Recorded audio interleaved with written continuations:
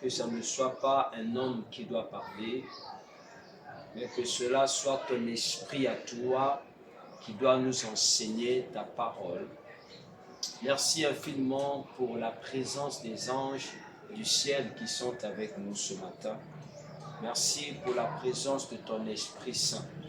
C'est ainsi, Père éternel, nous te donnons une offrande d'acclamation au nom de Jésus.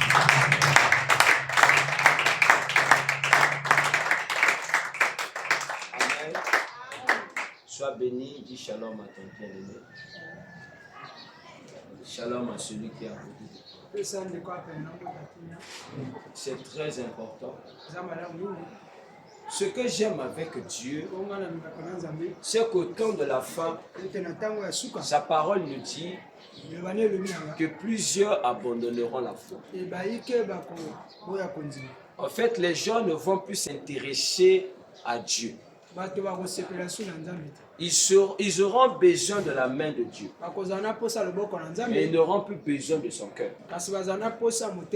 La main de Dieu, c'est lorsque les gens viennent chercher ce que Dieu peut donner. Le cœur de Dieu, c'est lorsque les gens veulent ressembler à Dieu. Donc, au temps de la fin, on aura deux catégories de personnes à l'église. On aura des personnes qui viendront pour chercher la main de Dieu. C'est-à-dire ce que Dieu peut leur donner. Parce que la main serve à donner. Et Dieu donne les miracles. Dieu donne des guérisons. Dieu peut donner le social. Ça, c'est ce que sa main est capable de faire. Dieu accorde la délivrance. La main de Dieu apporte la délivrance. La main de Dieu apporte aussi la sécurité sociale. Mais sauf que ce que la main de Dieu donne ne te qualifie pas pour le ciel. Pour que tu te retrouves à côté de Dieu dans le ciel, il n'est plus question que de sa main. Mais il est question maintenant de chercher son cœur. Celui qui cherche le cœur de Dieu, c'est la personne qui s'attache à la nature de Dieu, aux valeurs de Dieu, à la qualité de l'âme de Dieu. Et la Bible dit que Dieu est amour. Dieu est miséricorde. Dieu est pardon. Dieu est sainteté. Dieu est humilité. Dieu est grâce. Voilà les choses qui sont attachées à son cœur. Et lorsque tu as le cœur de Dieu, tu as tout de Dieu. Donnez-moi un amen bien. Parce que ce matin, je vais parler d'un sujet. Et toute la semaine, le Saint-Esprit est en train de me faire comprendre que c'est l'un des esprits géants que le diable a élevé en ce temps de la fin. C'est un esprit que 90% de personnes sont déjà possédées par cet esprit sans le savoir. Alléluia. Amen. Cet esprit a régné même quand Jésus-Christ était sur la terre. Et aujourd'hui, l'esprit en question est en train d'achever sa mission. C'est par cet esprit que tous les démons de l'enfer sont en train d'avoir accès dans la vie des gens. L'esprit de la familiarité aux choses de Dieu. Amen. Amen. Voilà pourquoi le thème de ce matin, je l'ai intitulé « La familiarité, un danger pour l'onction ». La familiarité, un danger pour l'onction. C'est-à-dire que quand tu tombes dans cet esprit de familiarité, ta vie devient en danger face à la puissance de Dieu. Alléluia. Amen. Et cet esprit a travaillé depuis la nuit des temps. Cet esprit a même attaqué Ève dans le jardin d'Éden. Ève venait fraîchement d'être créée par Dieu. Lui et son homme Adam. Et l'Éternel, dans sa sagesse de faire des choses, il a placé les interdits. Parce que vous devez savoir que toute spiritualité tire sa force dans le respect des interdits. J'aimerais que ce matin que vous m'écoutez avec l'esprit et non avec la chair. Dans toute spiritualité, que ça soit en Christ ou en dehors de Christ, toute spiritualité tire sa force dans le respect des interdits. On grandit dans le spirituel lorsque tu respectes les interdits de Dieu. Donnez-moi la main bien. Et vous voyez ici, Adam et Ève venaient fraîchement d'être créés par Dieu. Nous sommes ici dans Genèse 3. Alléluia. Genèse 2, Genèse 3. L'Éternel venait de créer toutes choses. Et il a trouvé bon de placer un homme, Dieu sur la terre. Étant donné que l'homme ne pouvait pas être seul, il a décidé de lui faire une aide semblable. Afin que les deux travaillent dans sa dispensation. Qu'il soit dans sa vision. C'est là que Dieu leur avait demandé de cultiver la terre et de se multiplier. Maintenant, pour que la capacité que Dieu leur accordée puisse travailler correctement, Dieu leur a placé l'interdit. Qui devaient manger de tous les fruits qui étaient dans le jardin. Mais quant aux fruits de l'arbre de la mort, ou disait l'arbre de la connaissance du bien l'arbre de la connaissance du bien et du mal, qui n'était que l'arbre de la mort, Dieu leur avait défendu de ne pas s'y approcher, ni de toucher. Alléluia. Amen. Voilà maintenant que l'esprit de la familiarité. Comme Dieu venait quotidiennement dans le jardin pour parler avec le couple, Dieu venait là, il a développé comme une forme d'amitié avec eux. Parce qu'en réalité, Dieu dans le ciel est Dieu, celui qui est infini.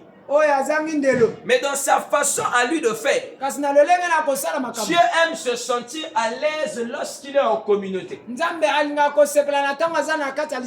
Alléluia. Amen. Dieu, quand il est dans l'éternité, il règne.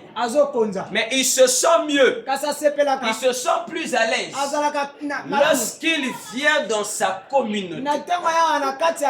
C'est-à-dire que Dieu est toujours à la recherche d'un esprit communautaire. Parce que c'est dans la communauté que Dieu répand son esprit. Souvenez-vous de Psaume chapitre 133. La Bible dit qu'il est bon et doux que les frères demeurent ensemble. C'est là que l'Éternel envoie sa bénédiction. Et cette bénédiction vient comme de l'huile parfumée qui descend sur la tête d'Aaron et qui se répand sur sa barbe et ça touche les vêtements. Alléluia. Ça c'est la sagesse de Dieu. Voilà pourquoi même dans la création, quand il s'agissait de créer l'homme, Dieu n'a pas utilisé un langage singulier. Il a parlé dans un langage pluriel. Parce que dans son esprit, l'esprit, il se voit toujours en communauté. Au lieu de dire je fais l'homme à mon image, il a dit faisons l'homme à notre image.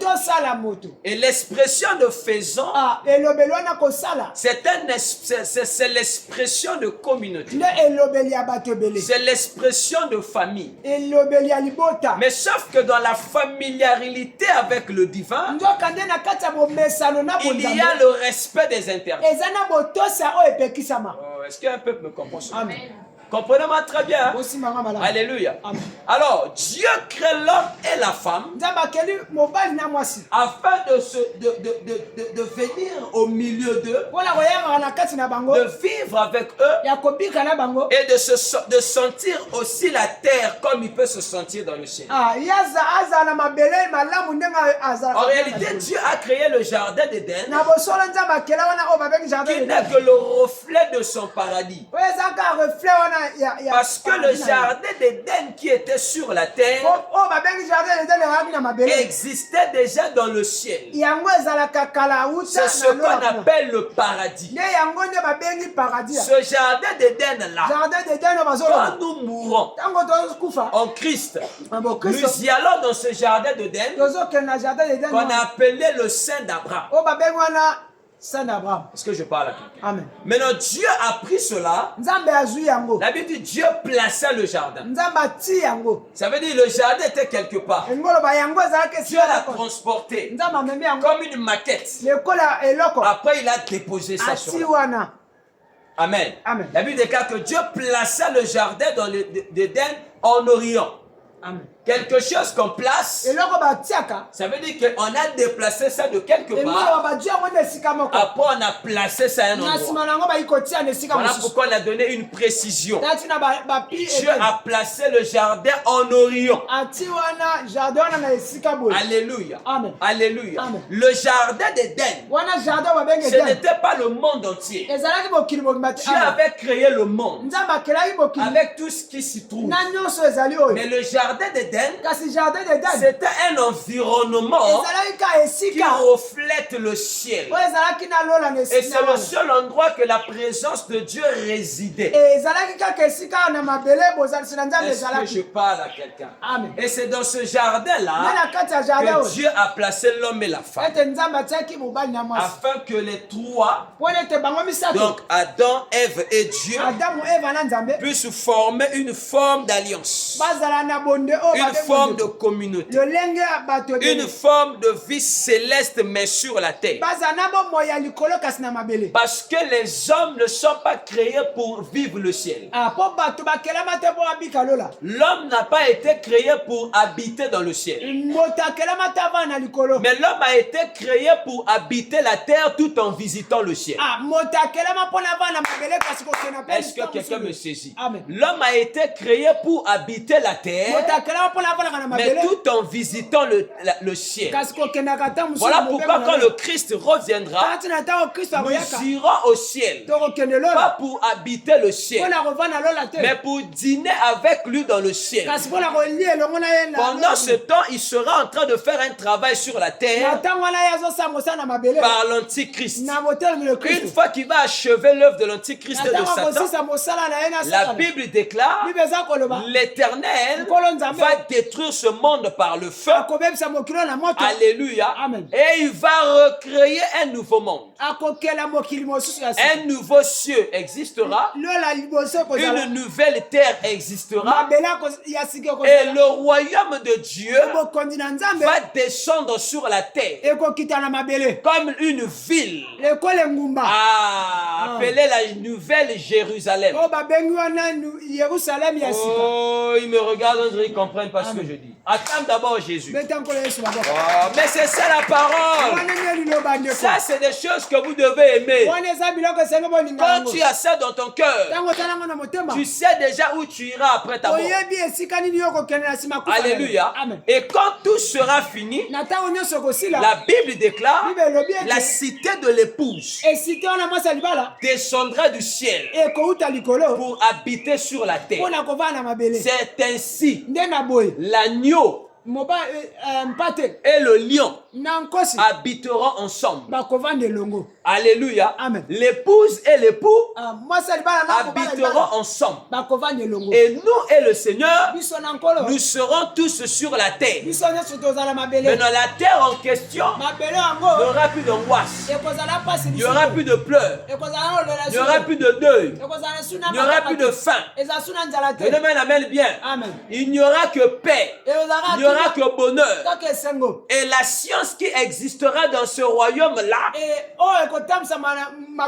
ça ne sera plus la science de Zuckerberg. Il n'y aura plus Facebook. Il n'y aura plus WhatsApp. Il n'y aura que Jésus. Jésus le matin, Jésus à midi, Jésus le soir. La Bible dit, dans ce royaume-là, il n'y aura pas le soleil. Parce que l'agneau lui-même, oh my God, éclairera la ville de sa gloire. Ça veut dire que tu auras la... Je sens l'onction couler. Est-ce qu'on peut acclamer Jésus? L'agneau lui-même sera la lumière de cette vie. Personne ne dira à l'autre, regarde Jésus. Dès l'instant que tu es dans ce royaume-là, la Bible déclare, tel qu'il est, tel que nous serons. Ça veut dire que dans ce royaume-là, toi et Jésus, vous serez des jumeaux. Ils ne me comprennent pas parce qu'ils ne croient pas. Lui, il croit seulement à des démons. Ça, c'est plus que les démons. Donnez-moi la main bien. Amen. Quand le temps là arrivera, nous serons semblables à lui. Voilà pourquoi, bien aimé, le diable connaît ces promesses-là. Le diable sait que les vrais chrétiens vivront cela. Et lui, quand il était dans le ciel, il était le jumeau de Jésus. Voilà pourquoi on l'appelait aussi l'étoile brillante du matin. Est-ce que vous savez que Satan aussi s'appelait comme ça? Lucifer. Vous savez que ça signifie l'étoile brillante. Amen. Hein? Astre brillante. Et le Seigneur lui a dépouillé de cette autorité. Il a placé ça sur l'agneau. Et la colère de Satan, c'est de voir que tout ce qui était en lui, Dieu a mis ça en toi. Et quand Satan te voit dans le spirituel, oh, laisse-moi te regarder. Quand Satan nous voit dans le spirituel, nous sommes 1000 fois plus que lui quand il était au ciel. Mon Dieu, il comprend pas. Quand Satan te voit dans le spirituel, tu es 1000 fois plus que lui lorsqu'il était au ciel. Parce que Jésus a dit, la gloire que j'avais auprès du Père, je vous la donne. Il ne te le donne pas dans ta chair là. Ça, ce n'est qu'une enveloppe. La chair ne peut pas comprendre ce mystère là. Parce que la chair ne peut pas hériter le royaume de Dieu. Mais celui qui comprend ces mystères, c'est ton esprit régénéré par Christ. Cette gloire là habite ton esprit. En tant qu'enfant de Dieu, la gloire de l'agneau est en toi. Donc tu es 1000 fois que Satan lorsqu'il était dans sa création. Voilà pourquoi quand la Bible dit Dieu cherche les vrais adorateurs. Pourquoi il y a cette précision vrais adorateurs? Parce que Dieu avait un adorateur. Dieu avait un adorateur. L'adorateur de Dieu, c'était Lucifer. Lui, il gérait le département de l'adoration. Et quand Lucifer adorait dans le céleste, la gloire de Dieu remplissait le temple. Et quand Lucifer a perdu cet éclat, il fallait que par Christ, le Père puisse trouver les vrais adorateurs qui ne vont pas que l'adorer, mais qui vont l'adorer en esprit et en vérité. Lucifer adorait en esprit, mais pas en vérité. Voilà pourquoi l'iniquité s'est trouvée en lui et il a été chassé de la présence de Dieu. Et depuis que Lucifer a quitté le ciel, les anges adorent Dieu, mais ils n'adorent pas Dieu en esprit et en vérité. Ils adorent Dieu seulement en esprit. Ceux qui adoreront l'Éternel en esprit et en vérité, ça ne sera plus les anges. Ça sera l'épouse. Parce que c'est l'épouse qui connaît le langage de l'époux. Amen.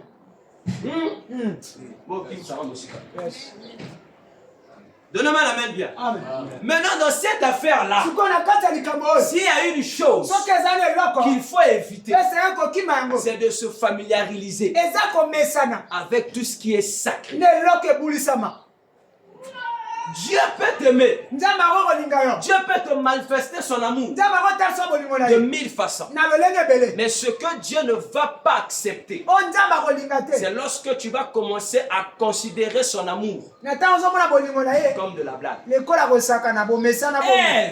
Ève a été séduit par l'esprit de la familiarité. Quand on commence à se familiariser avec l'onction, c'est là où nous commençons à briser les interdits en disant que Dieu va rien faire. L'onction est précieuse. Elle n'est pas un divertissement. C'est une dimension sacrée que Dieu a confiée pour l'accomplissement de sa volonté.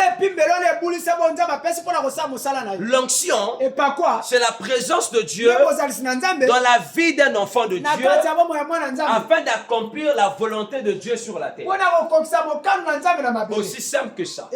L'onction, c'est la présence de Dieu en toi afin d'accomplir sa volonté sur la terre.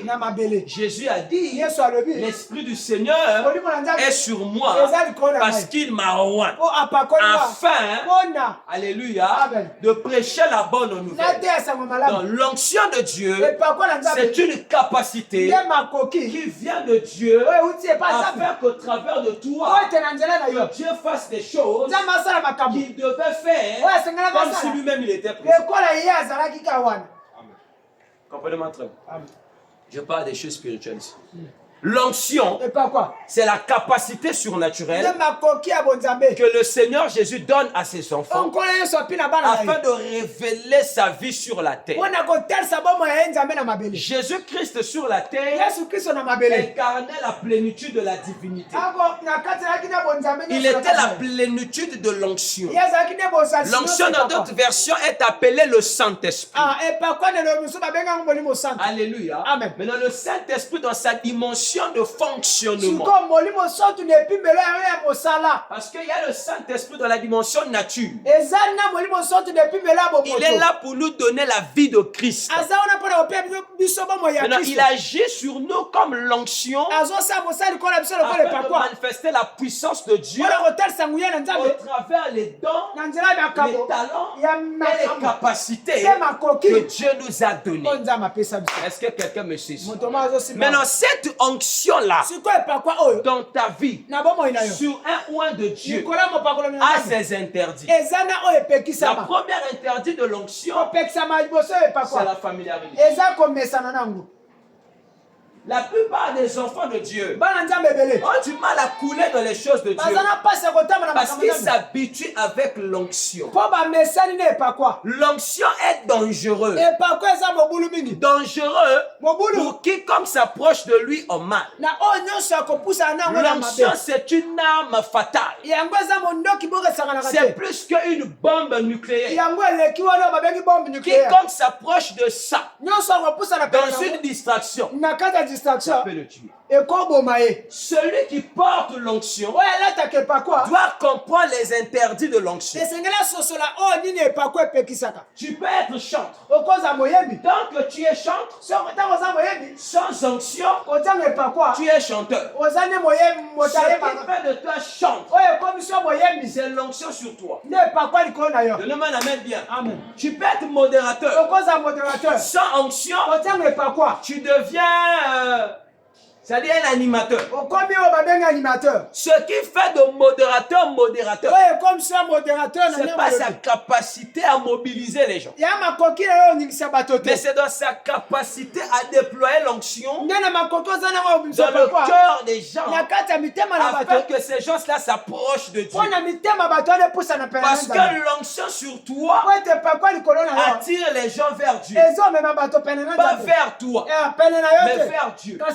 Ça veut dire que quand tu prêches la parole de Dieu, tu prêches sous l'onction, tu communiques dans le cœur des gens le désir d'aimer Dieu.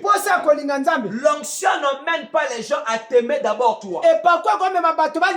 Mais l'onction emmène les gens à aimer d'abord le Dieu que tu leur présentes. Lorsqu'ils commencent à aimer ton Dieu, maintenant le Dieu là que eux ils sont en train d'aimer commence à placer ton amour dans leur cœur afin que eux aussi t'aiment. J'ai dit je parle dans l'esprit ici. Amen. Saisissez bien.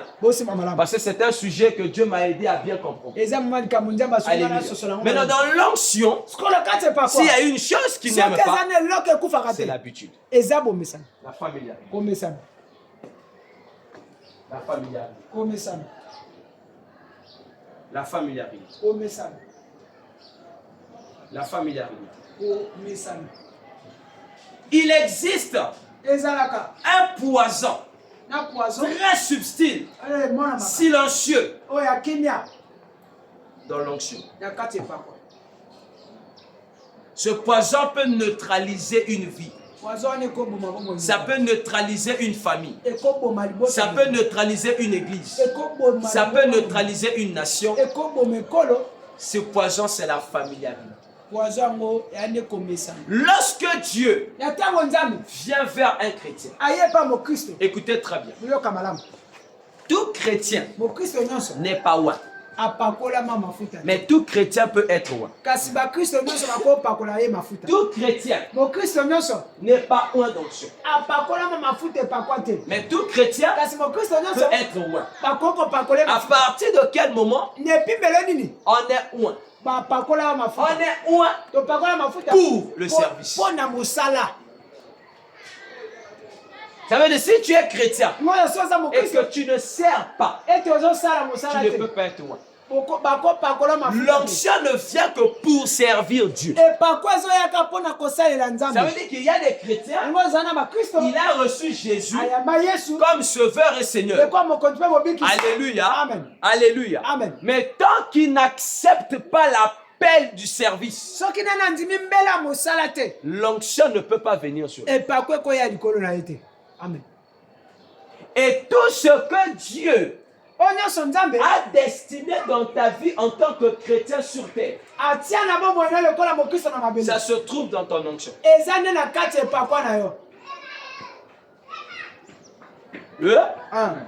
Je le dis bien.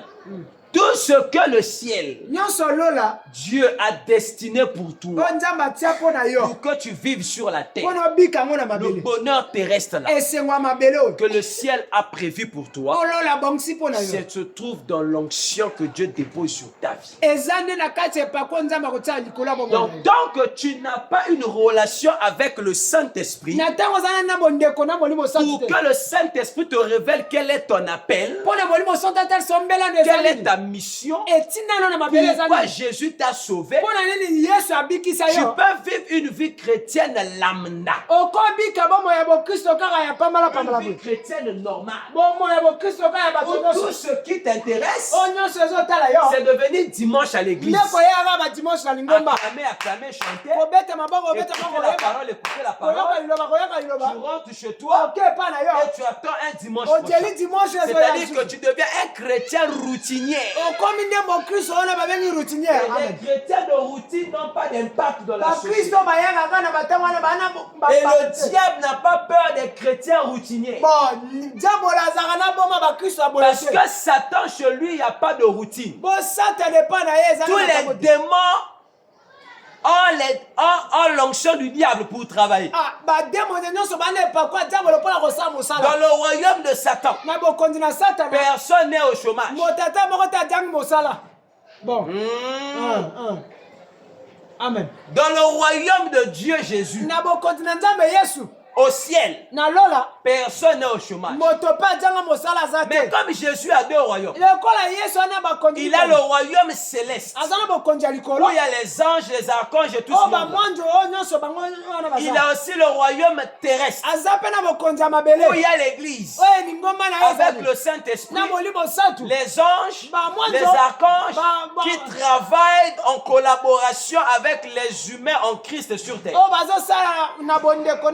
Maintenant, qu'est-ce qui fait que ces êtres qui sont sur terre là ne fonctionnent pas comme ils sont censés fonctionner? Parce que l'ignorance des croyants les empêche de travailler.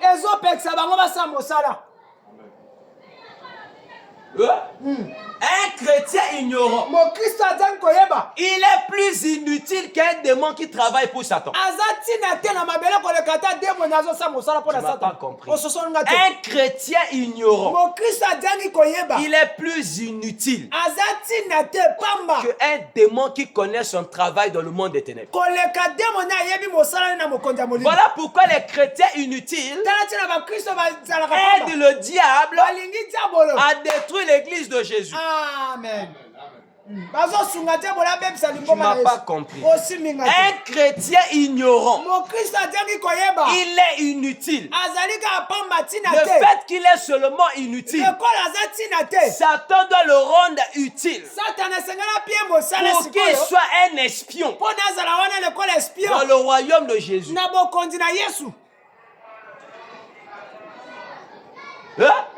Tu m'as saisi? Amen. Donc si tu dis que tu es chrétien et que tu ne œuvres pas pour le Seigneur, ce qui fait que tu ne travailles pas pour ton Dieu, c'est ton ignorance. Deux, c'est parce que Satan te fait croire que tu es inutile. Donc, tu ne peux rien faire pour Dieu. Tu n'as rien à faire pour Dieu. Comme tu n'as rien à faire pour Dieu, lui va te donner un travail. Mais le travail en question, tu dois le faire au nom de Dieu, mais sous lui. Hein? Bon. Amen. Prosterne-toi, adore-moi, je te donnerai. Est-ce que vous savez qu'il y a beaucoup de gens qui travaillent pour Satan mais au nom de Jésus? C'est-à-dire que ce sont des personnes qui se servent de Jésus pour faire plaisir à Satan. La Bible déclare: plusieurs viendront sous mon nom. Ils viendront d'où? Ils viendront pas du ténèbre. Ils viendront de l'église. Ils seront à l'église. Ils seront avec nous. Mais comme ils n'étaient pas de nous, ils vont devenir nos ennemis. Comment ils vont nous combattre? En se serviront de notre Dieu pour nous attaquer. Pourquoi? Parce qu'ils étaient inutiles. Lorsque tu tombes dans la familiarité, la familiarité va te faire ce que tu sois inutile devant Dieu. J'ai dit que cet esprit de familiarité, c'est comme un poison qui peut tuer une vie, une famille, une église, une nation. Alléluia. Amen. Une société tout entière. Lorsque Dieu appelle un chrétien, parce qu'en Jésus nous avons deux appels. Bon, je n'appelle pas ça appel, j'appelle ça rappel. Parce qu'on est appelé dans l'éternité. Et c'est sur la terre que Jésus nous rappelle. Dans l'éternité, Dieu nous avait déjà choisi. Il nous a prédestinés pour être ses fils. Mais lorsque nous venons sur la terre de la chair, Jésus-Christ par sa parole vient nous rappeler à ceux à quoi on était appelés. Est-ce que quelqu'un me comprend d'abord? Donne-moi la main bien si tu es là. Alléluia. Ce message, je prie vraiment que ça rentre dans ton cœur. Amen. Hein? Sur la terre, Dieu nous rappelle à lui. Voilà pourquoi la Bible déclare, personne ne peut venir à Christ sans pourtant qu'il soit attiré par le Père. Alléluia. Maintenant, quand nous venons en Christ, nous venons pour un but. Jésus nous a sauvés, il a pardonné nos péchés, il nous a donné la promesse du royaume. Alléluia. Par le Saint-Esprit, nous sommes fiancés à lui. Maintenant, le Saint-Esprit vient en nous pour nous emmener à servir celui qui nous a sauvés. Donnez-moi la main, bien. Donc nous venons pour servir. Maintenant, quand nous recevons cet appel, étant clair dans notre esprit, nous l'acceptons. En acceptant l'appel, le Saint-Esprit nous emmène dans son école. Parce que pour que l'onction vienne sur toi, il faut d'abord que le Saint-Esprit puisse te former. Alléluia. Amen. Parce que l'onction, c'est un mandat que Dieu te donne pour aller le servir. Donc tu peux être chrétien, mais tu n'es pas d'abord appelé à servir. Tu es d'abord chrétien pour vivre avec Christ, grandir avec Christ. Mais dans l'appel au service, c'est lui-même qui va te le dire. Oh, donnez-moi la main, vous rêvez. Amen. Alléluia. Amen. Oui. Beaucoup aujourd'hui sont attrapés par Satan parce qu'ils n'étaient pas appelés. Ils pensent que le fait que je suis chrétien, forcément je dois servir Dieu. On ne sert pas Dieu parce qu'on veut. On sert Dieu parce que Dieu te l'a demandé. Si Dieu ne te demande pas de le servir, tu le sers de toi-même. Tu peux rencontrer des problèmes.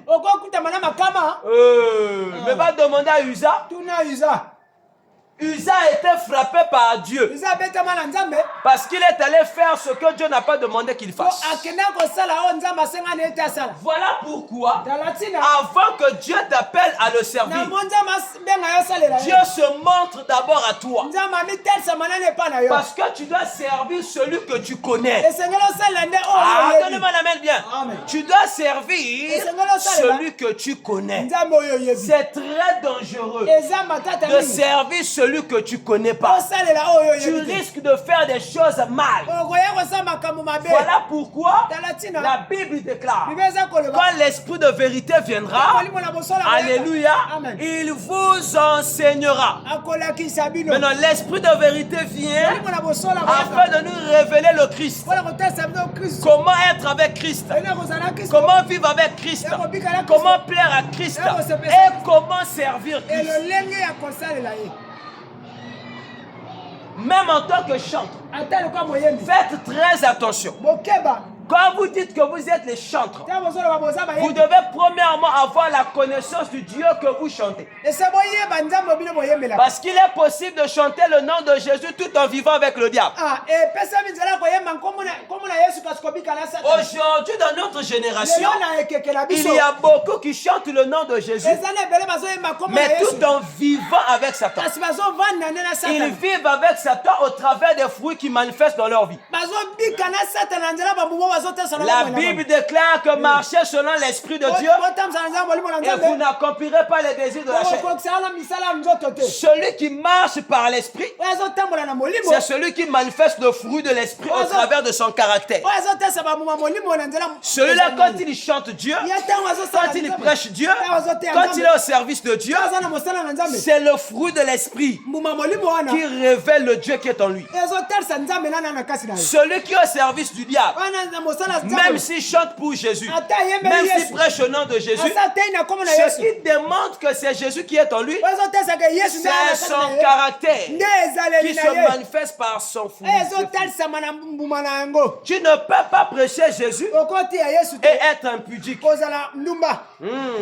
Tu ne peux pas chanter Jésus et être dans l'adultère. Pourquoi? Tu ne peux pas avoir l'esprit de quelqu'un et vivre la vie contraire à cet esprit. Au son de la trompette. Tu es béni, hein? Est-ce que vous savez que c'est tel message-là? Si certaines personnes écoutaient ça, ils craquaient. Le voile tombait. Parce qu'aujourd'hui, je vous dis, il y a une grande confusion dans le monde évangélique. Les gens ne savent plus qui est vrai, qui est faux. Si jusqu'aujourd'hui, tu ne sais pas reconnaître un vrai serviteur de Dieu, c'est que dans ton cœur, tu n'as pas le Saint-Esprit.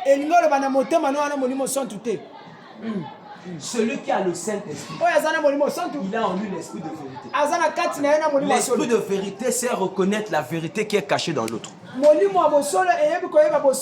Ça ne dépend pas d'abord de ce que tu vois, ni de ce que tu entends, mais ça dépend de l'esprit qui est en toi, qui rend témoignage. Le problème aujourd'hui, les gens sont dans les émotions. Le fait qu'on est dans les émotions, on a du mal à capter l'esprit de Dieu. Parce qu'on veut le sensationnel. Oh, le sensationnel est rattaché à la chair. C'est là où vous voyez quand dans les églises, les gens ne tombent pas. On pense qu'il n'y a plus Dieu. Il y a Dieu quand les gens tombent. À l'époque, quand j'étais encore jeune dans le ministère, j'aimais tellement suivre les hommes de puissance. Et ils nous ont fait définir l'onction comme le fait de prier pour les gens, que les gens tombent. Alors, ça faisait que j'avais l'onction sur moi, mais comme je ne voyais pas les gens tomber, j'étais frustré. Alors, le jour que j'ai prié pour les gens sont tombés. C'est là que j'ai eu conscience que j'avais l'onction. Et en évoluant, le Saint-Esprit m'a dit, l'onction ne se caractérise pas par le fait que les gens tombent quand tu pries ou quand tu prêches. L'onction se manifeste lorsque les cœurs des gens sont saisis par la parole, par la prière, et que ces gens-là commencent à ressentir en eux le désir ardent de s'approcher de Dieu. Que quelqu'un tombe ou qui ne tombe pas, mais lorsque une vie est transformée, c'est l'œuvre de l'onction. Alors j'ai grandi. Même quand on chasse les démons, on pense que le démon quitte le corps quand quelqu'un tombe. Voilà pourquoi plusieurs personnes sont rentrées avec le démon parce qu'ils sont tombés. Or, les démons ne quittent pas le corps parce qu'ils sont tombés, pas parce qu'il y a eu des cris. Le démon quitte le corps lorsque le Saint-Esprit qui est en toi te convainc qu'il n'y a plus d'esprit. Et quand tu observes la personne, tu comprends qu'il a changé. Ne soyez pas séduits par ce que vous voyez. Vous avez vu ici beaucoup de gens tomber. Je fais la main comme ça, les gens tombent. Mais est-ce que parce qu'ils tombaient, ils étaient transformés? Vous savez quand l'onction agit, l'onction c'est comme un souffle. Ça peut te projeter. Ça peut te saisir. Tu peux commencer à prier en esprit. Mais ce n'est pas parce que tu es en train de prier en esprit que forcément tu as une vie transformée. En réalité, le vrai parler en langue, quand ça vient, ça transforme l'intérieur. Mais le problème aujourd'hui, quand les gens parlent en langue, au lieu que leur cœur soit transformé, pour que le monde voie Christ, mais c'est leur cerveau qui est transformé par des raisonnements et ils manifestent plus leur moi que Jésus. Moi je connais. Moi je sais. Moi je sais comment Dieu me parle. Moi, c'est fini. Tu ne peux pas recevoir ce que tu méprises. Une onction que tu ne respectes pas. Une onction que tu ne valorises pas. Ça ne peut pas te bénir. Et Dieu confère l'onction d'abord à ceux qui l'ont mandaté. Voilà pourquoi on ne s'improvise pas dans le ministère. On ne rentre pas dans le ministère parce qu'on est bien avec le pasteur. On ne rentre pas dans le ministère parce qu'on est fils du pasteur. On ne rentre pas dans le ministère parce qu'on est la femme du pasteur. Et aujourd'hui, le diable est rentré dans nos églises parce que les gens n'ont pas compris le but du pourquoi Dieu appelle les ministres. Dans le royaume de Dieu, il y a les principes. Ces principes-là sont fondamentaux. Ni le Saint-Esprit peut changer ça. Parce que ce sont des bornes que le maître lui-même il a placées. Donnez-moi la main bien. Amen. Quand l'onction vient sur un ouin, donc sur un homme, tel que je suis comme ça par exemple, tel que Papa Lionel est comme ça, donnez-moi la main bien. Amen. Quand Dieu nous appelle à lui, voilà pourquoi avant que nous commencions le service, nous passons d'abord par un temps de transformation et de formation. Alléluia. C'est cette période que nous qualifions souvent du désert. Parce que Jésus a été le modèle. Jésus a été baptisé. Le Saint-Esprit est venu. Et le Saint-Esprit l'a conduit dans le désert. Pourquoi? Pour l'éprouver. Et une fois que Jésus a été éprouvé, il a réussi à ses épreuves. Qu'est-ce que la Bible dit ensuite? Jésus sortant du désert, revêtu du Saint-Esprit, il allait dans le temple, il ouvre le rouleau et il déclare: l'Esprit du Seigneur est sur. Donc l'onction de Dieu vient après un temps de formation dans le secret avec Dieu. Amen. Ne confondez pas ça. Si Dieu ne t'a pas amené dans une formation, il ne peut pas te conférer l'onction. Parce que dans la formation, Dieu travaille ton caractère. Parce que l'onction de Dieu doit être répandue sur toi. Or, quand on parle de sur toi, on ne parle pas du corps. On parle de l'esprit. L'onction vient sur toi qui est l'homme esprit. Saisissez très bien. En réalité, dans l'homme, c'est l'esprit. Quand Dieu dit sur toi, il ne parle pas de tes cheveux. Voilà pourquoi l'onction n'est pas l'huile qu'on met sur la tête de quelqu'un. L'huile est un symbole qui révèle que cette personne est distinguée. Cette personne n'est plus le même. Maintenant, regardez là où c'est dangereux. Si on met l'huile sur toi, sans que l'onction de l'esprit vienne sur toi, aux alamikate, et Satan a adamé. Plusieurs en a mis l'huile sur eux, sans que l'onction elle-même vienne en eux. Aujourd'hui, ils font les dégâts dans le ministère. Faire la théologie, devenir docteur en théologie, ne te qualifie pas dans l'appel et le ministère. Parce qu'aujourd'hui, il y a des gens qui deviennent pasteurs par apprentissage théologique. On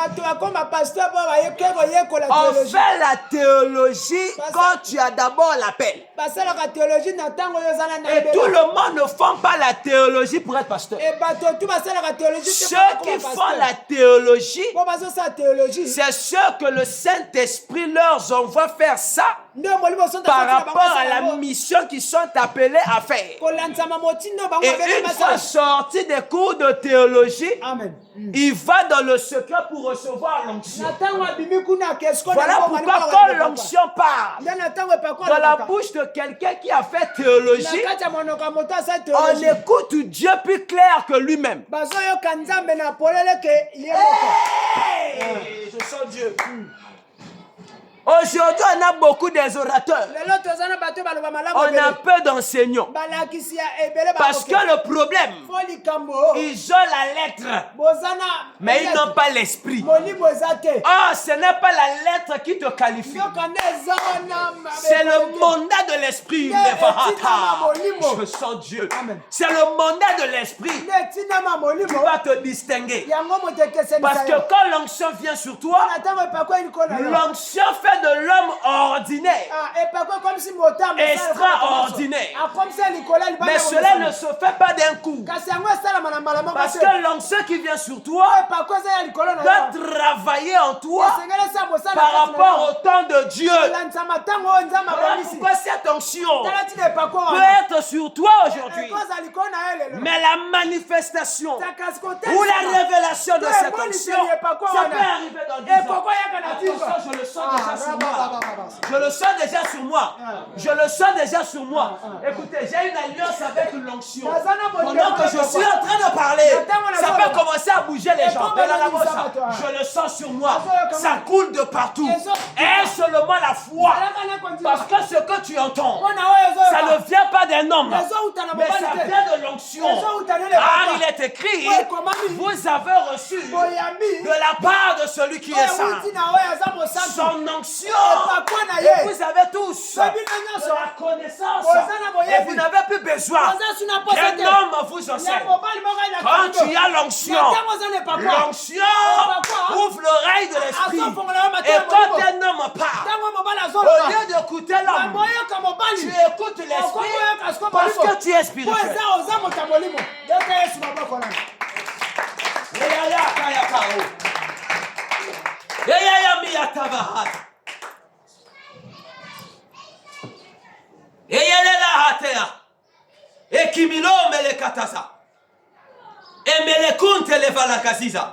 Oh, je sens Dieu. Seigneur, aide-moi à parler de ce message.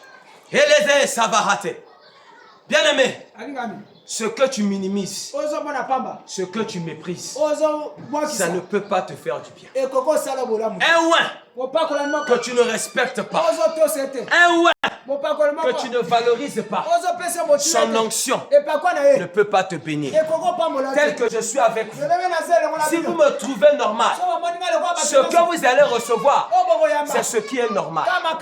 Mais si vous me trouvez anormal, au travers de l'esprit qui m'a oint, à chaque fois que vous serez devant moi, à chaque fois que vous serez dans ma présence, la qualité de votre cœur face à moi, la manière de me voir, la manière de me juger, la manière de m'aimer va déterminer ce que mon onction est capable de faire dans vos vies. Voilà pourquoi vous êtes étonné de voir une personne qui vient dans une église pour une première fois, dans son esprit, il n'a pas besoin de voir l'homme, mais il a besoin de voir le Dieu de l'homme. Quand il vient avec l'idée de voir Dieu dans l'homme, c'est Dieu aussi qu'elle doit voir. Mais ceux qui viennent voir l'homme, ils se limitent qu'à des paroles. Mais le souffle qui est caché dans la parole, ils ne le saisissent pas parce qu'ils pensent que c'est l'homme qui parle. Or, aucune sagesse nous est donnée si ce n'est le Saint-Esprit qui nous a envoyés. La Bible dit c'est poussé par l'Esprit que les hommes ont parlé de la part de Dieu. Ce que je vous dis là, c'est l'Esprit en moi qui vous communique ça. Tout ce que j'ai écrit là, ce sont des grandes lignes. Mais tout ce que vous entendez, c'est l'onction. L'onction. Si l'Église connaissait l'onction, si l'Église connaissait l'onction, si l'Église cherchait l'onction, l'onction transforme.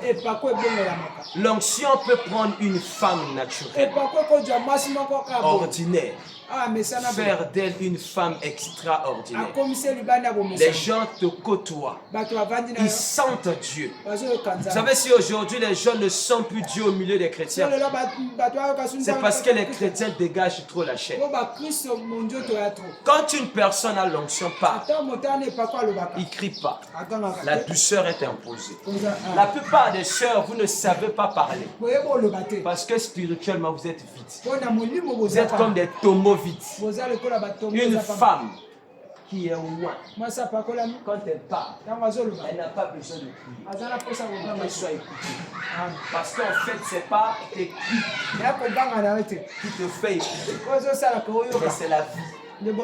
Sors en toi. Tu peux être avec ton mari seul. Si tu es one, tu n'as pas besoin de faire la jalousie. L'onction qui est sur toi rappellera à ton mari qu'il doit être fidèle. Est-ce que vous savez ça? Amen. Quelqu'un qui a l'onction sur lui, il n'a pas besoin de te contrôler.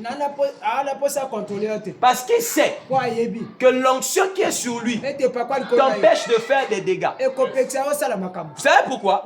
Il sait son onction. Moi, je l'ai toujours dit. Si tu es ma femme, tu ne peux pas me tromper. Si tu essayes, tu partiras.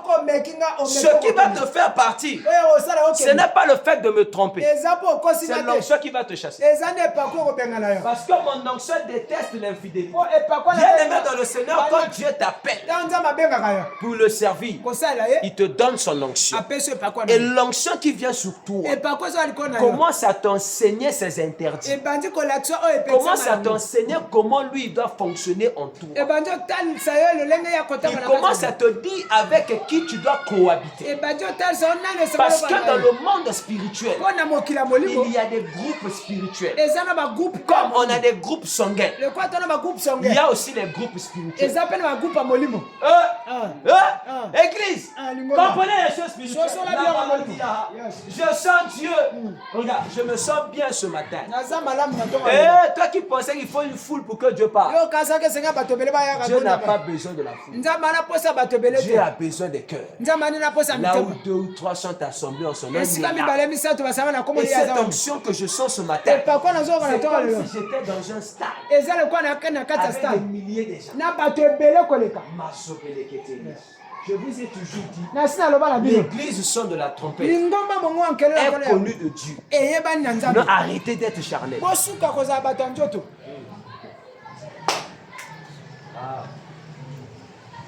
L'onction que tu ne valorises pas. L'homme de Dieu.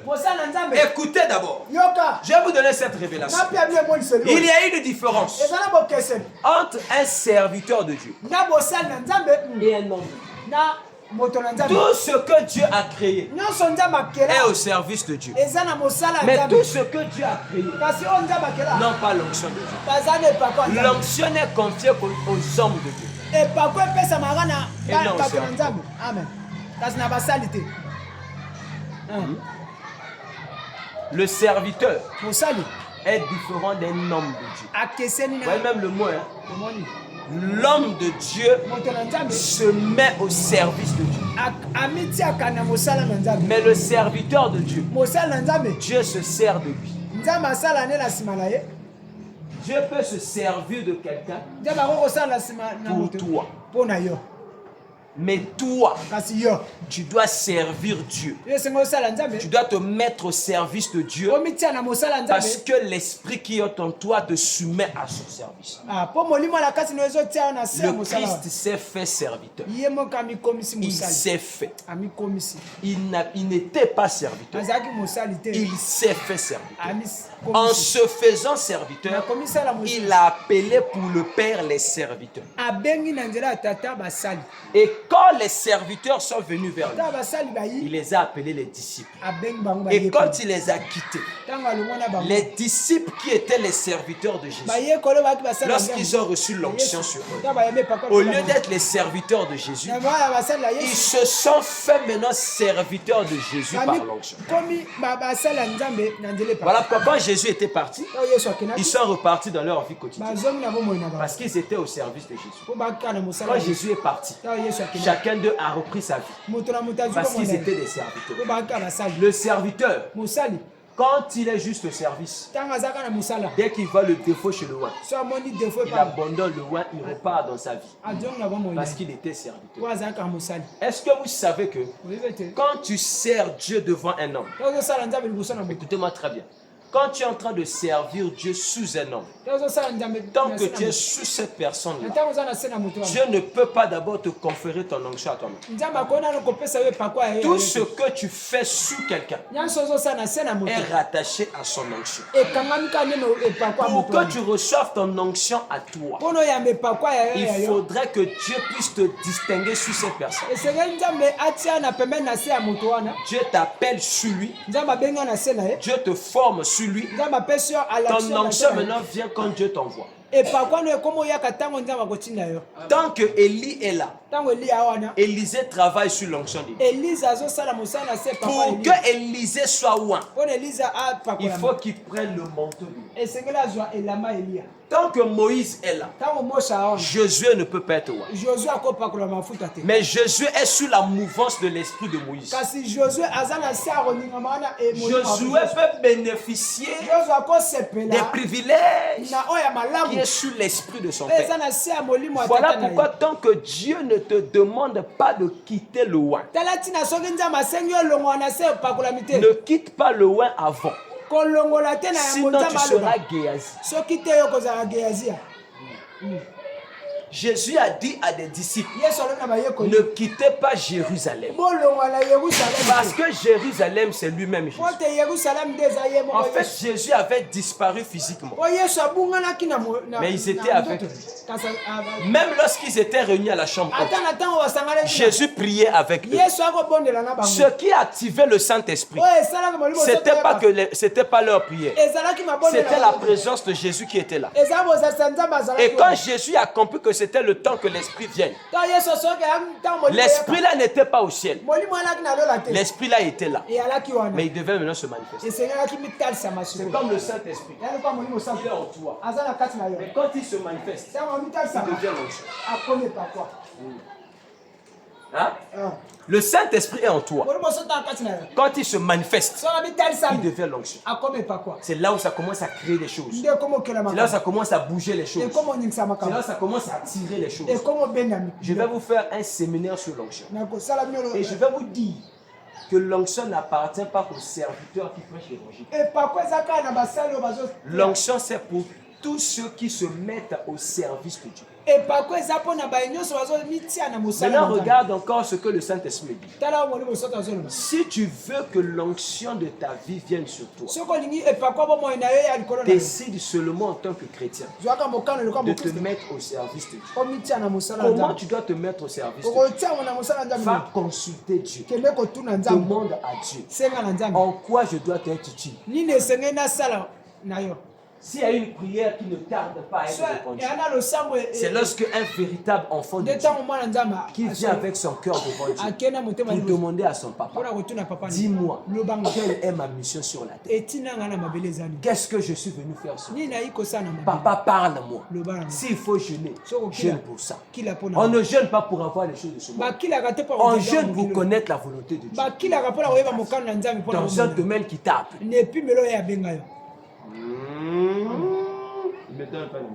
Mais c'est ça. Papa, dis-moi, je suis une femme. Est-ce que je suis une femme comme toutes les femmes? Seigneur, révèle-moi les qualités qui sont en moi afin que je me mette à ton service. Une fois le Saint-Esprit te révèle ces qualités, maintenant, tu lui demandes son onction. Et l'onction viendra affecter les qualités que Dieu t'a révélées afin que par ces qualités-là, que tu te mettras utile dans l'œuvre du Seigneur. Si Dieu t'a dit que en toi, je t'ai donné la capacité de me chercher dans la prière. Toi, quand tu commences à prier, même si c'est juste pour dormir, tu sens les paroles venir. Ça veut dire que Dieu a mis en toi une capacité à rester longtemps dans la prière. Donc tu es comme Anne qui servait Dieu dans le jeûne et la prière devant qui? Siméon. Siméon, non?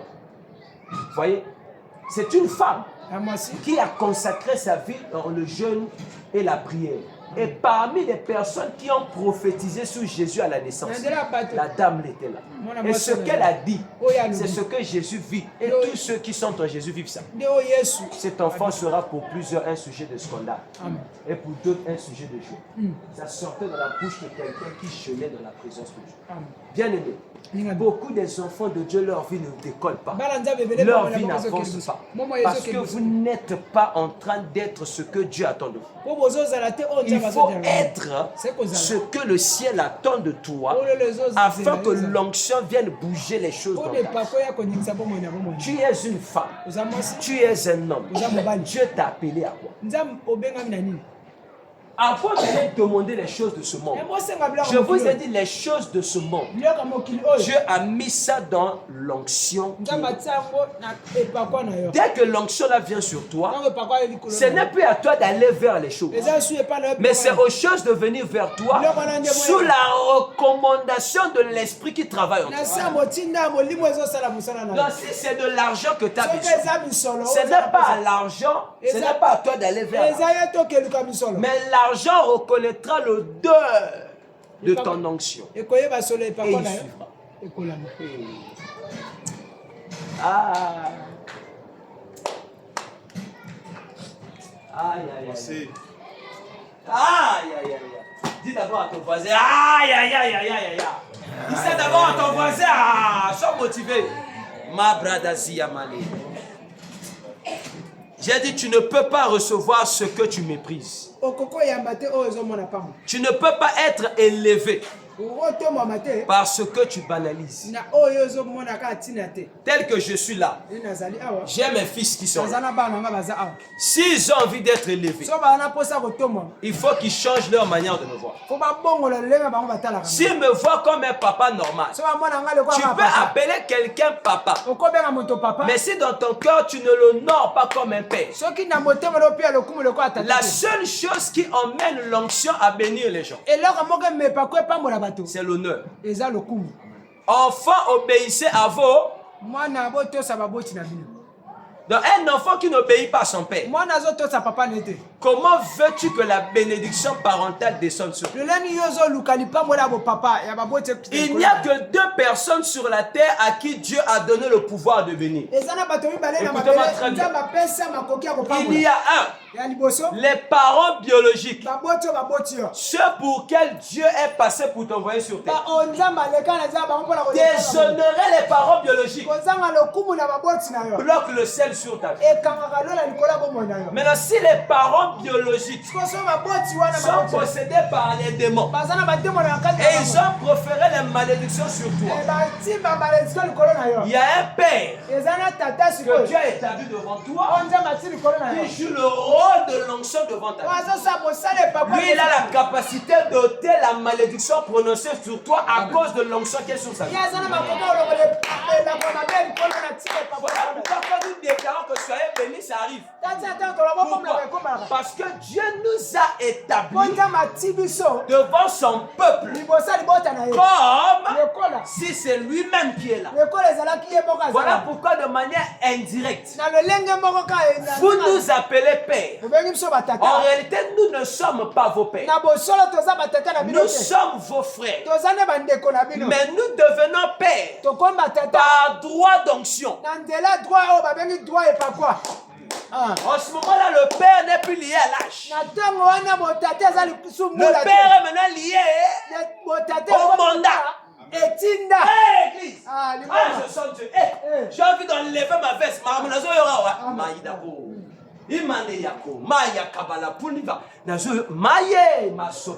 Je sens Dieu. Alléluia. Amen. Voilà pourquoi Jésus avait dit, n'appelez personne sur la terre père. En réalité, Jésus voulait dire quoi? Celui que vous devez appeler père, c'est quelqu'un que moi Jésus, je lui ai conféré mon pouvoir par droit d'onction et que je l'ai établi devant toi. Comme vous ne me verrez plus, mais vous devez me voir au travers de ce que moi j'ai conféré mon pouvoir. Église. Voilà pourquoi la l'apôtre Paul appelait Timothée mon fils dans la foi.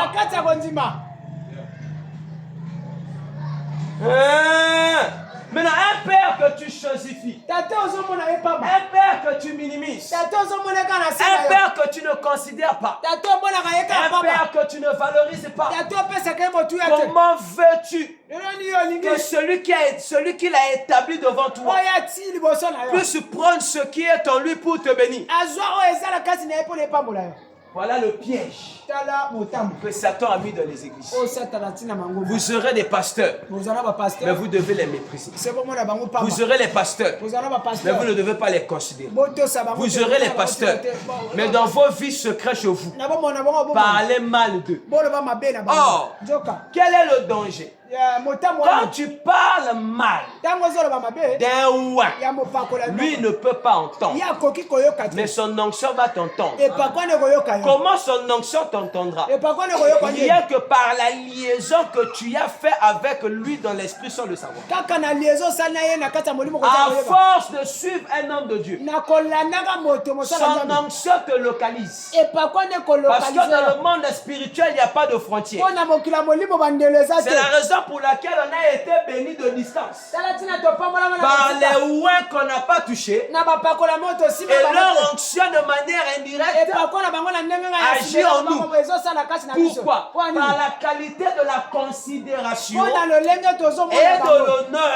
que nous les avons attribués. Donc un ouin que tu critiques, un ouin que tu minimises, un ouin que tu insultes, ne l'écoute pas. Parce qu'en écoutant quelqu'un que tu critiques, s'il a réellement l'onction sur lui, l'onction là attirera la malédiction sur ta vie. Écoute-moi très bien. Quand tu appelles quelqu'un, il ne l'exige pas d'être parfait. Dieu n'appelle pas les parfaits. Dieu appelle les imparfaits pour les perfectionner avec le temps. Car Dieu est le Dieu parfait. Et vous voulez que les hommes soient parfaits pour que vous les respectez. C'est ça le piège. À chaque fois que tu chercheras à voir un homme parfait devant toi pour le respecter, Dieu te montrera que ses imperfections, afin que tu comprennes qu'il ne s'agit pas d'abord de l'homme, mais il s'agit de celui qui qualifie les hommes. Voilà pourquoi beaucoup dans cette église seront avec l'onction. Ils auront du mal à en bénéficier. Pourquoi? À cause de la manière dont de regarder le ouin. Un ouin que tu ne respectes pas, son onction ne peut pas te bénir. Comment quelqu'un peut être à l'hôpital? On est en train de le faire accoucher. Et il fait l'hémorragie. Elle sent la mort venir. Elle a dit seulement, le Dieu de mon père est tel. Le sang s'est arrêté. Pourquoi? Parce que l'esprit de mort connaît le Dieu qu'elle a appelé. Le Dieu de cet homme-là. On ne prie pas le Dieu de quelqu'un si tu n'es pas sous son onction. Il faut que le Dieu de quelqu'un, sans pourtant que son onction te connaisse, attire le contraire. Voilà pourquoi beaucoup de gens reçoivent les démons au nom du Dieu d'un tel. Parce que dans son onction, toi tu n'es pas enregistré. Chaque ouin à son peuple. Jésus a dit, l'Esprit du Seigneur est sur moi parce qu'il m'a oint afin d'annoncer la bonne nouvelle aux riches. Non. Aux pauvres. Ça veut dire quoi? Tous ceux qui sont riches, si invoquaient le Dieu de Jésus, c'est Satan qui allait venir. Parce qu'eux ils sont riches. Ils sont riches de par quoi? Ils connaissent trop Dieu. Jésus avait besoin des pauvres. Les pauvres, ce sont les assoiffés. Les pauvres, c'est ce que la Bible dit. Heureux ceux qui qui sont pauvres en esprit. Parce que le royaume des cieux est à eux. Or, le royaume des cieux, c'est les privilèges qui sont rattachés à Jésus. Donc, si tu n'es pas pauvre en esprit et que tu invites le Dieu de Jésus, il ne viendra pas. Parce qu'il te connaît. La femme qui était le dos courbé, qui s'est trouvée dans le temple, quand Jésus a prié pour elle, Jésus a dit quoi? Voilà une fille d'Abraham que le diable tenait captif. Comment Jésus a su qu'elle était fille d'Abraham? Parce que cette femme, dans les entrailles d'Abraham, son nom était connu. Mais que Satan devait tenir captif. Et que son frère Jésus allait le faire sortir. Donc cette femme, elle était dans l'onction de Christ. La femme à la perte de sang, elle a passé 12 ans d'une maladie, mais elle ne mourrait pas. Pourquoi? Parce que sa perte de sang était parmi les signes que l'onction de Jésus avait enregistré et qui devait déclencher le miracle. Donc personne ne pouvait guérir cette femme si ce n'était pas cette onction. Il y a des problèmes dans ta vie. Si ça ne passe pas par moi, aucun ouais ne peut gérer ça. Même si tu rencontres l'homme de Dieu le plus puissant, il dit pour toi, rien ne va se produire. Parce que dans le règne spirituel, on ne te connaît pas sous lui. On te connaît sous quelqu'un d'autre. C'est pourquoi on ne prie pas dans une église parce que tu veux. On prie dans une église parce que le Seigneur t'a envoyé. Les églises aujourd'hui sont des montagnes où on va offrir le sacrifice. Mais on ne va pas offrir le sacrifice à Dieu sur une montagne que Dieu ne t'a pas montrée. Voilà pourquoi il disait à Abraham, moi-même l'Éternel, je te montrerai la montagne où tu me feras le sacrifice. Beaucoup de vies sont bloquées parce que vous adorez Dieu sur des montagnes que Dieu ne vous connaît pas. Dieu connaît d'autres qui sont là. Mais vous n'êtes pas connus. Parce que chaque onction a sa façon à lui de travailler. Chaque onction a son peuple. Si le Seigneur m'a dit à Jamaïque, je ne peux pas aller en Congo. Si je vais en Congo et que j'ai une foule, Dieu ne connaît pas cette foule. Même si Dieu fait du bien à cette foule, Dieu ne peut pas les sauver. Parce que le lieu c'est pas. Dieu ne nous suit que là où il nous envoie.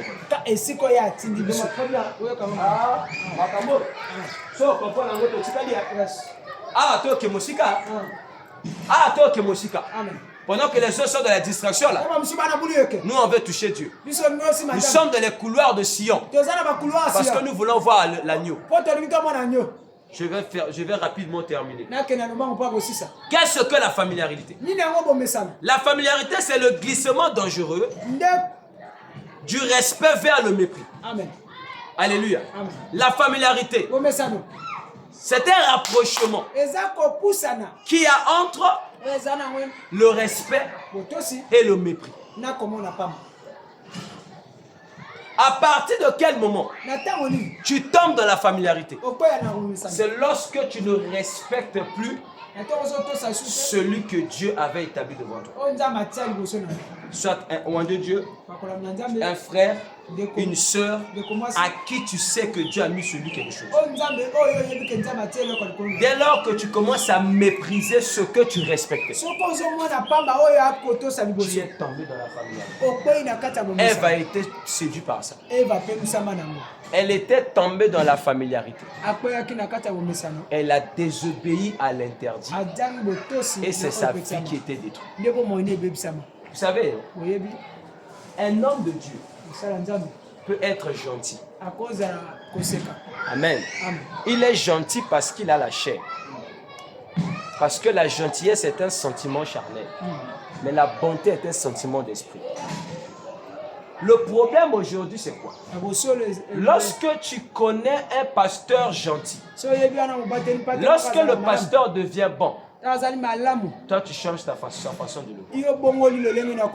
Dans la bonté, il y a la justice de Dieu. Amen. C'est-à-dire que étant bon, il peut te grandir.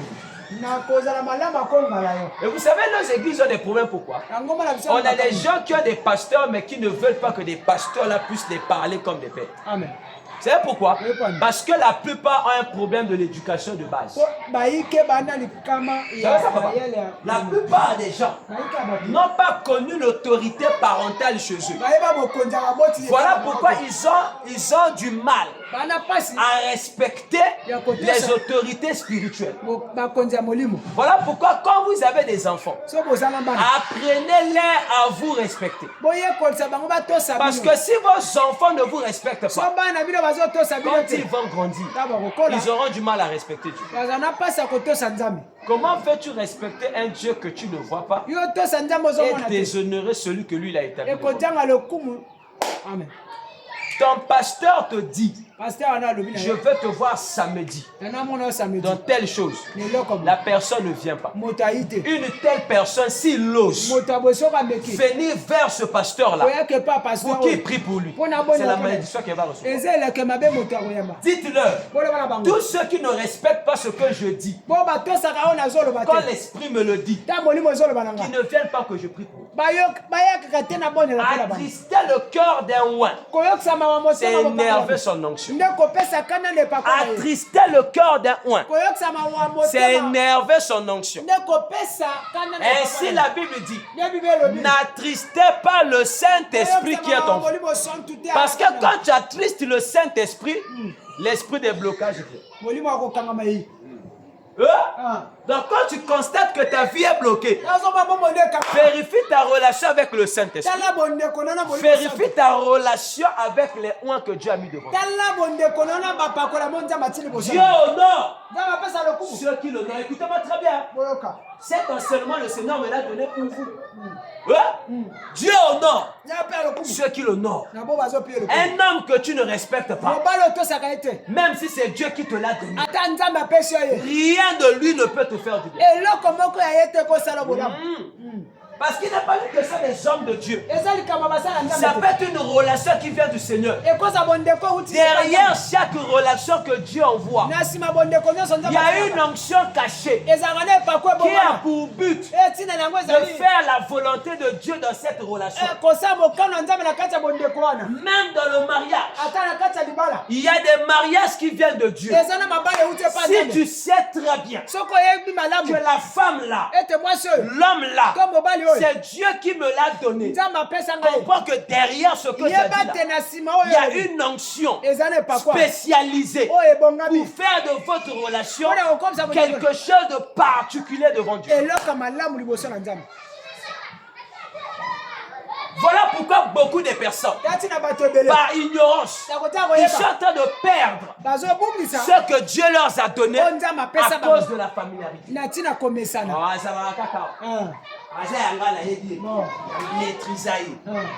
Ce que tu penses maîtriser peut s'échapper dans tes mains.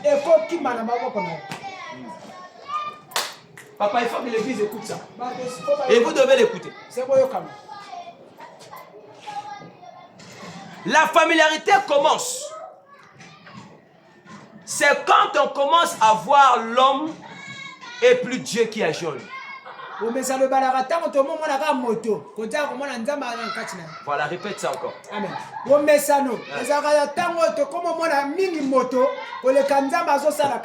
Ah, papa le bakabo. Papa l'a raté à casser caca. Ils comprennent pas que l'onction sur chacun agit par rapport à l'âme de la personne. Là, il faut se voir similaire. Le problème, c'est que quand je parle de l'onction, il y a trop de choses qui arrivent là. Regardez. L'homme a des émotions. Et quand l'onction vient sur l'homme, l'onction choisit dans tes émotions ce qui peut se servir de ça pour faire sa beauté. Ce qui ne correspond pas à lui, l'onction détruit ça. Si l'onction de ton ministère, il faut que tu sois un homme calme. Et de nature, tu es quelqu'un de calme. L'onction là, quand ça vient sur toi, ça regarde ton âme. Si ta nature d'être calme est privilégiée pour lui l'onction, il garde ce calme-là. Et si cette onction trouve que si tu es trop calme, lui ne peut pas bien fonctionner. Il enlève le calme. Il en met quelqu'un de mouvement. Écoute-moi bien. Les comportements que nous avons est transformé en fonction de la qualité de l'onction qui repose sur nous. Voilà pourquoi une personne qui est plus émotionnelle, quand l'onction vient sur lui, sans qu'il soit d'abord brisé, à force d'être émotionnel, il peut détruire beaucoup de gens.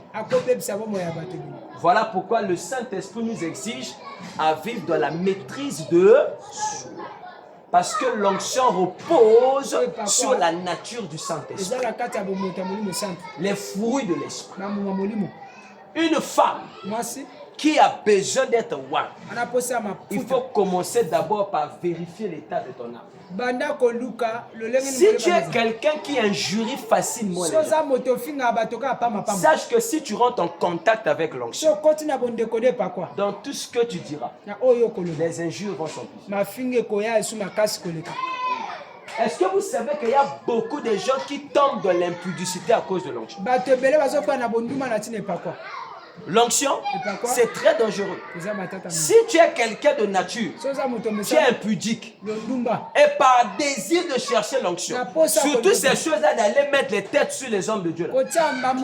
Il prie pour toi, la chose vient. Et lieu que cette chose-là te tue, donc l'onction c'est comme l'aspirateur. Ça vient aspirer seulement ce qui est en toi et ça le met à nu. Voilà pourquoi ne cherchez pas l'onction dans le péché. Amen.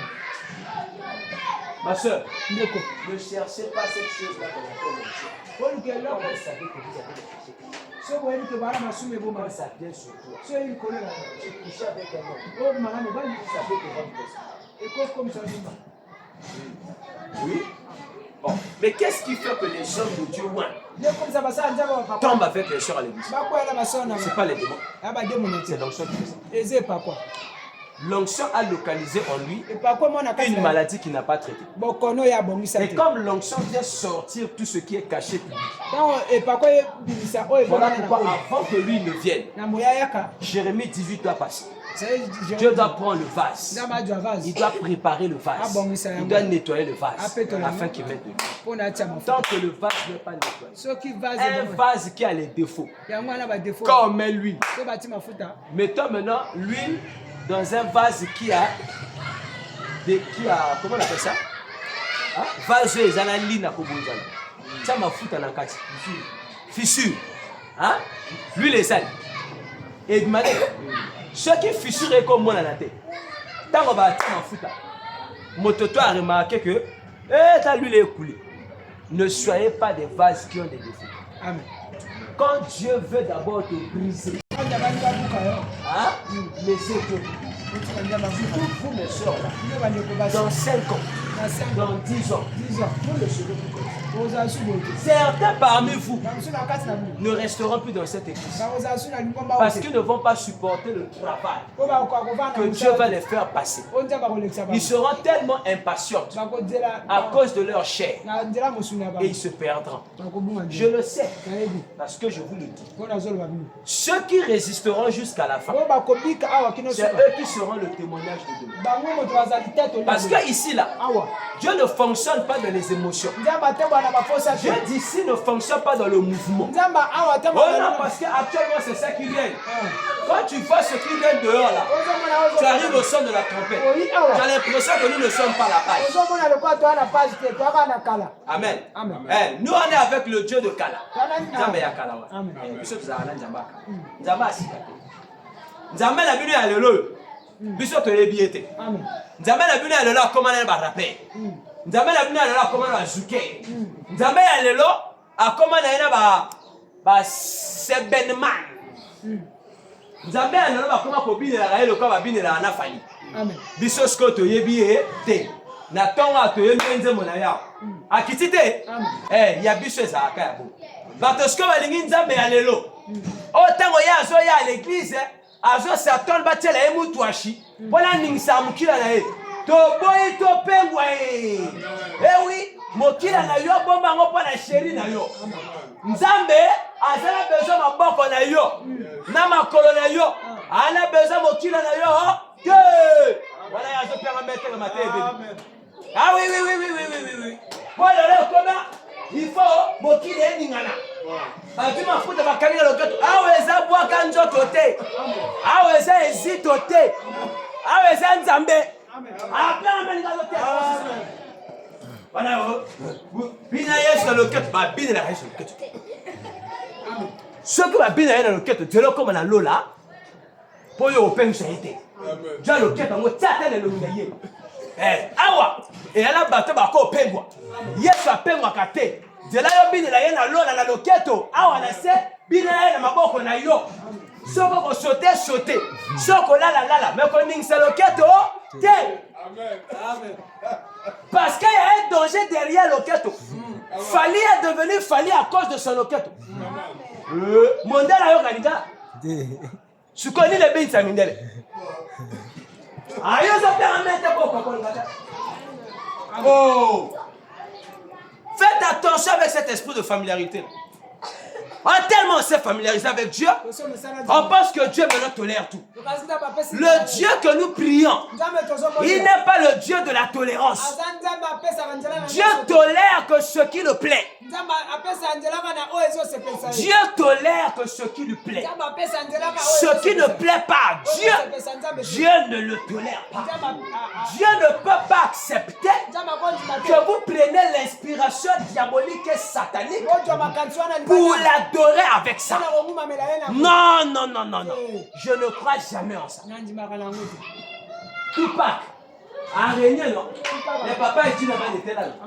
Vous avez vu les chants d'Eddy Nabala chanter le rap parce que Tupac faisait le rap.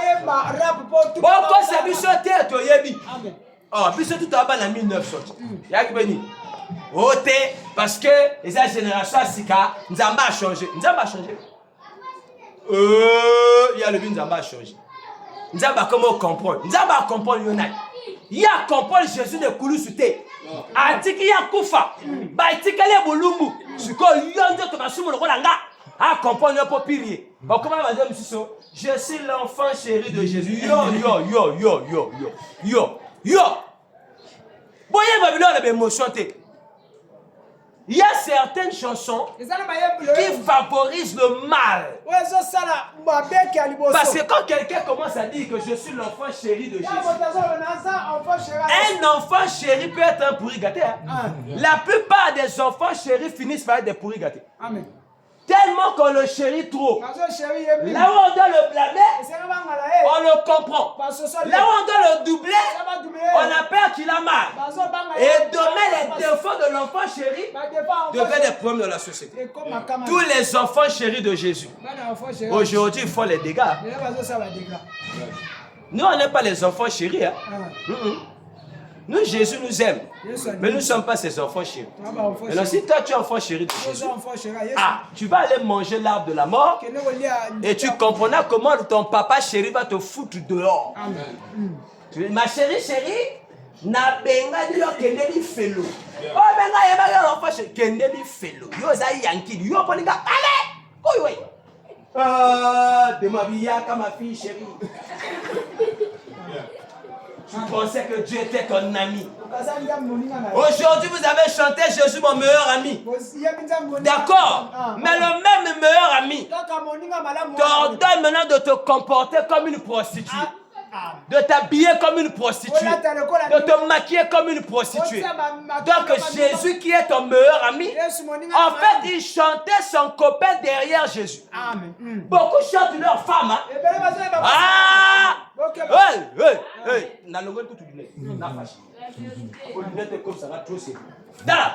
Il y a des gens aujourd'hui qui chantent leur femme. Vous entendez la chanson. La chanson là de manière émotionnelle. Ça t'emballe. Mais quand tu vas dans l'esprit, tu retrouves rien. Il n'a pas chanté Jésus. Il s'est servi de Jésus pour que sa femme soit adorée dans les cœurs. Maintenant, regardez leur clip. Tu comprenais qui est en train d'adorer. Sa femme.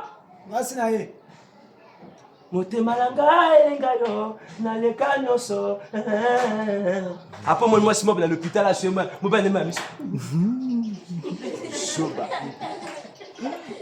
et les gens qui sont émotionnés, si tu veux savoir que tu es dirigé par tes émotions, regardez la qualité des chansons qui te plaisent.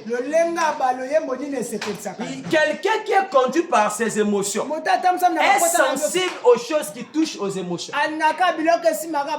Ce qui touche à l'esprit le rend ennuyeux. Voilà pourquoi Bishop Boyo, comme un prédicateur ennuyeux, pour te toucher à l'émotion. Ceux qui touchent les émotions, ils parlent des choses qui satisfont à l'âme. Des choses qui les plaisent. Pour se sentir bien. À l'église de Dieu, on se sent bien quand on est spirituel. Quand on est charnel, on est dérangé. L'évangile vient déranger la chair. Preuve, essaye de jeûner demain. Jusqu'au soir. Tu auras l'impression que la famille de tout le monde est venue chez toi. Parce que la chair n'aime pas souffrir. Quand l'esprit veut grandir, la chair te rappelle que j'ai faim. Voilà pourquoi pendant ces 4 jours, 2 fois, le séminaire là passe sans jeûne. Je vous dis la vérité. Je sens une onction terrible, ça va m'accompagner jusqu'au séminaire. La chair n'aime pas souffrir.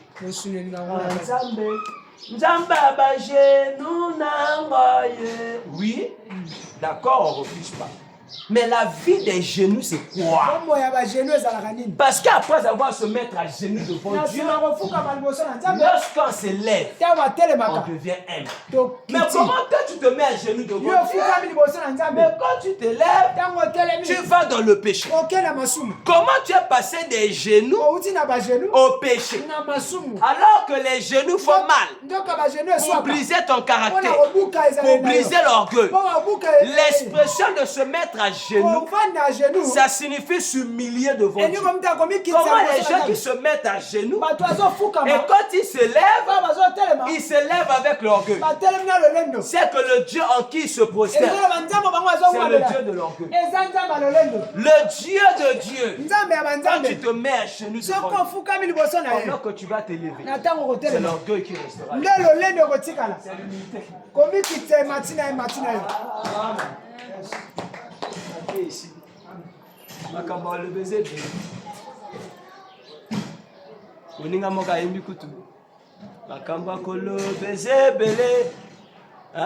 Mais c'est l'occasion qui fait quoi?